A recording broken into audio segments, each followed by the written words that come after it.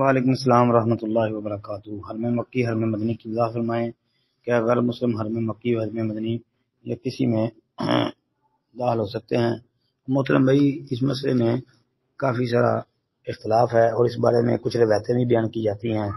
بعض اہل علم کا خیال یہ ہے کہ مکہ کے اندر کوئی مشرک، کوئی یہودی، کوئی عیسائی وہ داخل نہ ہو جی، لیکن مسجد نبی مدینہ میں آ سکتے ہیں مشرک وغیرہ۔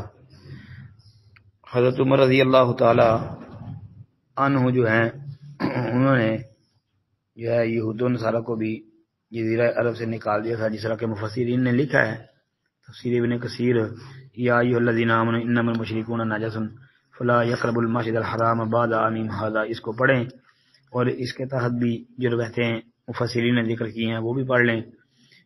بعض روایتوں میں تو یہ ہے کہ دونوں حرموں میں ہی جو ہے نا نہیں جانا چاہیے، اور پھر یہ بھی مفسرین لکھتے ہیں کہ نبی صلی اللہ علیہ وآلہ وسلم نے اپنی آخری وصیت میں مشرکین اور یہود و نصارہ کو جزیرہ عرب ہی سے نکال دینے کا حکم دیا تھا، تو اسی وصیت کے مطابق حضرت عمر رضی اللہ تعالیٰ عنہ نے یہودیوں کو اور عیسائیوں کو بھی جزیرہ عرب سے نکال دیا تھا۔ باقی کہتے ہیں جی مسجد حرام کے علاوہ دوسری مسجدوں میں غیر مسلم داخل ہو سکتا ہے، جس طرح کہ نبی علیہ الصلوۃ والسلام نے بعض مشرکوں کو مطلب اپنی مسجد میں آنے کی اجازت دی۔ اسی طرح ثمامہ رضی اللہ عنہ کو مسجد میں ستونوں سے باندھنے کا جو واقعہ بڑا مشہور و معروف صحیح بخاری کے اندر موجود ہے، بعد میں اگرچہ یہ مسلمان ہو گئے تھے لیکن جب ان کو پکڑا تھا ستونوں کے ساتھ باندھا تھا اس وقت یہ مسلمان نہیں تھے۔ تو اس کے علاوہ بھی کئی واقعے، کئی ایسی باتیں جو ہیں وہ ملتی ہیں، تو لہذا انہی باتوں کو سامنے رکھتے ہوئے سعودی حکومت نے ویسے مکے اور مدینے کی حدود میں غیر مسلموں کے داخلے کی پابندی لگائی ہے جہاں تک ہمیں معلوم ہے۔ باقی واللہ عالم۔ السلام علیکم ورحمۃ اللہ۔ وعلیکم السلام ورحمۃ اللہ وبرکاتہ۔ جی کہتے ہیں جی کوے کو مارنے کے متعلق کیا حکم ہے کہ جہاں دیکھے اس کو مار دیں؟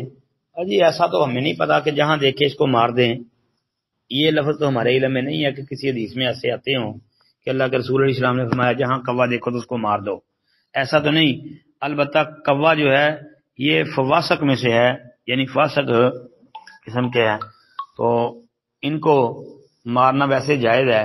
جس طرح کہ دیکھیں نا احرام کی حالت میں حرم وغیرہ کے اندر شکار جائز نہیں ہے، لیکن وہاں پر یہ کوا ہے، سانپ ہے، اس قسم کے جو ہے نا وہ بخاری وغیرہ کے اندر حدیث دیکھ لیں آپ، تو ان کا قتل، ان کو مارنا جائز ہے۔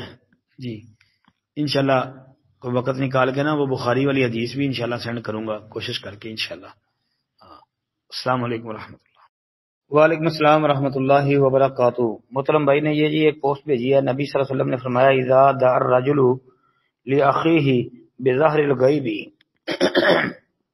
قالت الملائکۃ، یعنی قالت الملائکۃ آمین ولک بمثل۔ جی کہتے ہیں جی تحقیق کر دیں جی یہ حدیث صحیح ہے، یہ تو صحیح مسلم کے اندر بھی موجود ہے۔ صحیح مسلم میں 2732 نمبر دیکھ لیں، اور ابو داؤد کا وہی نمبر جو پوسٹ میں دیا ہے، صحیح روایت ہے۔